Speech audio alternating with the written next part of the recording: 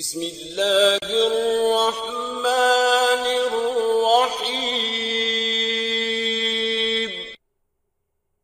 السلام علیکم ناظرین، ہم آپ کو منا بھائی ٹی وی میں خوش آمدید کہتے ہیں۔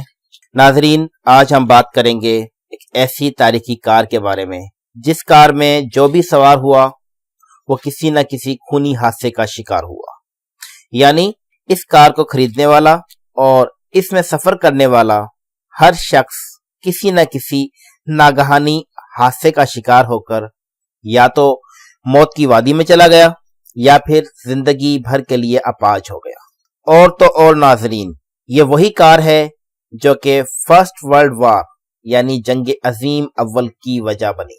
آگے بڑھنے سے پہلے اگر ابھی تک آپ نے ہمارا چینل سبسکرائب نہیں کیا تو پلیز ابھی ہمارا چینل سبسکرائب کیجئے اور ساتھ ہی بیل آئیکن پر کلک کرنا مت بھولیے تاکہ ہماری نئی آنے والی ویڈیوز اور انفو کے بارے میں آپ کو بر وقت مطلع کیا جا سکے۔ شکریہ جی۔ تو ناظرین، ہم بات کر رہے تھے گرافٹ اینڈ سٹفٹ نامی کار کی، جس میں سوار ہونے والے سبھی مالکان خطرناک حادثات کا شکار ہوئے، بلکہ جنگ عظیم اول یعنی ورلڈ وار ون بھی اسی کار میں ہونے والے قتل کے سبب ہوئی۔ دوستو، اس کار کو قاتل کار اور منحوس کار بھی کہا جاتا ہے۔ دوستو، کیا یہ کار واقعی منحوس تھی؟ اس بارے میں ہماری رائے ناقص ہے، کیونکہ کسی چیز کو کسی حادثے کا مورد الزام ہرگز نہیں ٹھہرایا جا سکتا، بلکہ یہ انسانی تقدیر ہی ہے جو انسان کو اس کے انجام تک لے جاتی ہے۔ تو دوستو، ہم اسے محض اتفاق ہی کہہ سکتے ہیں کہ اتنے سارے حادثات اور ہلاکتوں میں یہ کار شامل رہی۔ باقی ہم اس کار کے بارے میں موجود عمومی رائے کے حوالے سے ہی اس ویڈیو میں ذکر کریں گے۔ اکثر لوگ اسے منحوس یا قاتل کار یا پھر خونی کار کے القابات سے پکارتے ہیں، تاہم ہم اسے قاتل کار ہی کہیں گے۔ ناظرین، یہ ذکر ہے 28 جون 1914 کا۔ پوری دنیا بالخصوص یورپ پر جنگ کے بادل منڈلا رہے تھے۔ دنیا کے تقریباً تمام بڑے اور طاقتور ممالک جنگی جنون میں مبتلا تھے۔ صرف ایک چنگاری کی ضرورت تھی جو اس جنگی جنون کو عملی جنگ میں تبدیل کر دے، اور یہ چنگاری آسٹریا ہنگری سلطنت کے ولی عہد آرچ ڈیوک فرانس فرڈینینڈ اور اس کی بیوی صوفیہ کے قتل نے فراہم کر دی، اور ساری دنیا جنگ عظیم اول میں دھکیل دی گئی۔ جی ہاں دوستو، ہنگری آسٹریا کا ولی عہد آرچ ڈیوک فرڈینینڈ اپنی بیوی صوفیہ کے ہمراہ سلطنت ہنگری آسٹریا کے صوبے بوسنیا کے دارالحکومت سراجیوو میں اپنی ذاتی گاڑی گرافٹ اینڈ سٹف میں سفر کر رہا تھا کہ سربین نیشنلسٹ گارویلو پرنسپ نے ہنگرین شہزادے اور ولی عہد کو شہرک میں گولی مار کے قتل کر دیا اور ساتھ ہی اس کی بیوی کو بھی قتل کر ڈالا۔ ناظرین، قتل کی اس لرزہ خیز واردات نے آسٹریا ہنگری سلطنت کو لہرا دیا اور دونوں ممالک آسٹریا ہنگری اور سربیا میں جنگ چھڑ گئی، اور اس جنگ میں رفتہ رفتہ دنیا کے دیگر ممالک بھی شامل ہوتے گئے۔ ناظرین، دنیا کے کم و بیش آدھے سے زیادہ ممالک اس جنگ میں شریک ہوئے، جس وجہ سے اس جنگ کو جنگ عظیم اول کہا گیا۔ دوستو، جنگ عظیم اول 4 سال 3 ماہ اور 14 دن لڑی گئی۔ اس جنگ میں تقریباً 11 ملین فوجی یعنی 1 کروڑ 10 لاکھ فوجی اور 50 سے 60 لاکھ عام شہری قتل ہوئے۔ اس کے علاوہ لاکھوں لوگ شدید زخمی و معذور ہوئے۔ ناظرین، اس بھیانک جنگ کے اختتام کے بعد بھی اس قاتل کار نے اپنا خونی سفر جاری رکھا۔ جنگ کے بعد جب قیام امن ہو گیا تو یوگوسلاویہ کے نئے نامزد ہونے والے گورنر نے یہ کار خرید لی اور نئے سرے سے اس کی درستگی و تزئین و آرائش کی، لیکن 4 خطرناک حادثوں کا شکار ہونے اور اپنے سیدھے بازو سے معذور ہونے کے بعد اس نے سوچا کہ اس قاتل کار کو تباہ کر دینا چاہیے، لیکن گورنر کے ایک ڈاکٹر دوست سرکس اس بات سے بالکل بھی متفق نہیں تھے۔ وہ اسے محض وہم یا توہم پرستی سمجھتے تھے کہ بھلا ایک کار بھی قاتل یا منحوس ہو سکتی ہے۔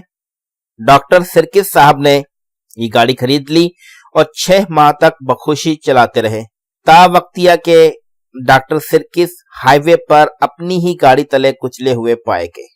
ڈاکٹر صاحب کی ہلاکت کے بعد ایک دوسرے موصوف ڈاکٹر صاحب نے یہ گاڑی خرید لی، لیکن جب ڈاکٹر صاحب کے وہمی اور توہم پرست مریضوں نے کار کی منحوسیت اور اس کے قاتل کردار پر اصرار کیا تو تعجیلاً یا مجبوراً ڈاکٹر صاحب کو گاڑی بیچنی پڑی۔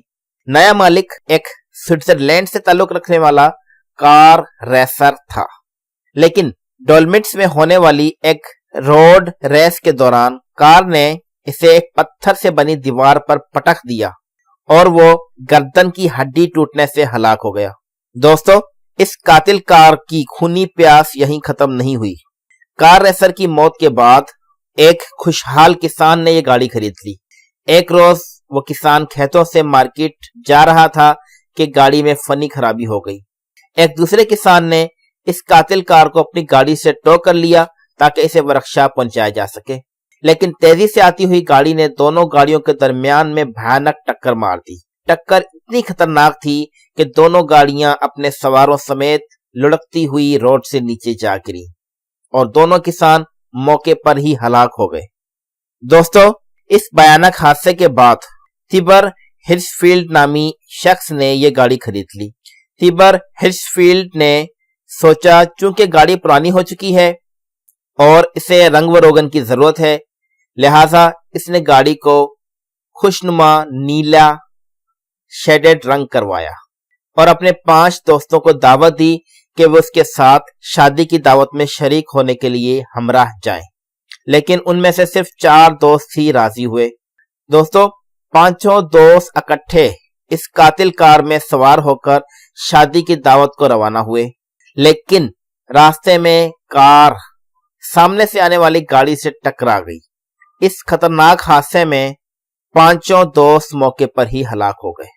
دوستو، اس قاتل کار سے منسوب ان تمام خونی واقعات کی اطلاع جب حکومت وقت تک پہنچی تو حکومت نے اس کار کو نئے بنائے گئے میوزیم میں شفٹ کر دیا۔ دوستو، اس کار سے منسوب ایک مفروضہ بھی ہے۔ کہا جاتا ہے کہ جب یہ گاڑی میوزیم میں منتقل کر دی گئی تو ایک دوپہر اتحادی طیاروں نے بمباری کر کے اس میوزیم کو ہی تباہ و برباد کر دیا جہاں یہ گاڑی رکھی گئی تھی۔ کہتے ہیں کہ میوزیم کے باقیات میں سے کچھ بھی باقی نہ بچا، ہاں مگر ایک کٹے ہوئے ہاتھوں کا جوڑا جو کہ ایک ٹوٹے پھوٹے سٹیئرنگ کے ٹکڑے سے اس طرح چمٹا ہوا تھا جیسے دوران ڈرائیونگ سٹیئرنگ پر ہاتھ رکھے جاتے ہیں، لیکن یہ صرف ایک مفروضہ ہی ہے، حقیقت سے اس کا کوئی تعلق نہیں۔ حقیقت یہ ہے کہ آرچ ڈیوک فرانس فرڈینینڈ کی یہ گاڑی آج بھی ویانا کے ملٹری میوزیم میں رکھی گئی ہے، جہاں یہ گاڑی آج بھی اپنی اصلی شکل و صورت میں موجود ہے۔ نہ تو اس پر خونی و خوفناک حادثات کا کوئی نشان ہے اور نہ ہی وہ خوشنما نیلا رنگ۔ ہاں، اگر نشان باقی ہیں تو صرف اس بم اور ان گولیوں کے جن کا نشانہ آرچ ڈیوک فرانس فرڈینینڈ اور اس کی اہلیہ کو بنایا گیا اور جس دوہرے قتل کی وجہ سے دنیا جنگ عظیم اول میں دھکیل دی گئی۔ ناظرین، اس کار میں ہونے والے لرزہ خیز قتل سے نہ صرف جنگ عظیم اول کی ہولناکی شروع ہوئی بلکہ اس کار کی خونی پیاس بھی شروع ہوئی جس میں لاکھوں لوگ لقمہ اجل بن گئے۔ دوستو، یہاں ہم آپ کو اس کار سے متعلق ایک انتہائی دلچسپ و حیران کن حقیقت بتاتے چلیں۔ دوستو، اس قاتل کار کی پراسراریت کی ایک اور نشانی اس کار کی لائسنس نمبر پلیٹ ہے۔ اگر آپ بغور اس نمبر پلیٹ کو دیکھیں تو اس کا نمبر کچھ یوں پڑھا جائے گا I 118، اور اس کی اگر تشریح کریں یا اس کا مخفف نکالیں، A for Armistice means Armistice Day، I for 11، I and 1 for 11، 18 for 18 means Armistice Day 11 نومبر 1918۔ اور ناظرین 11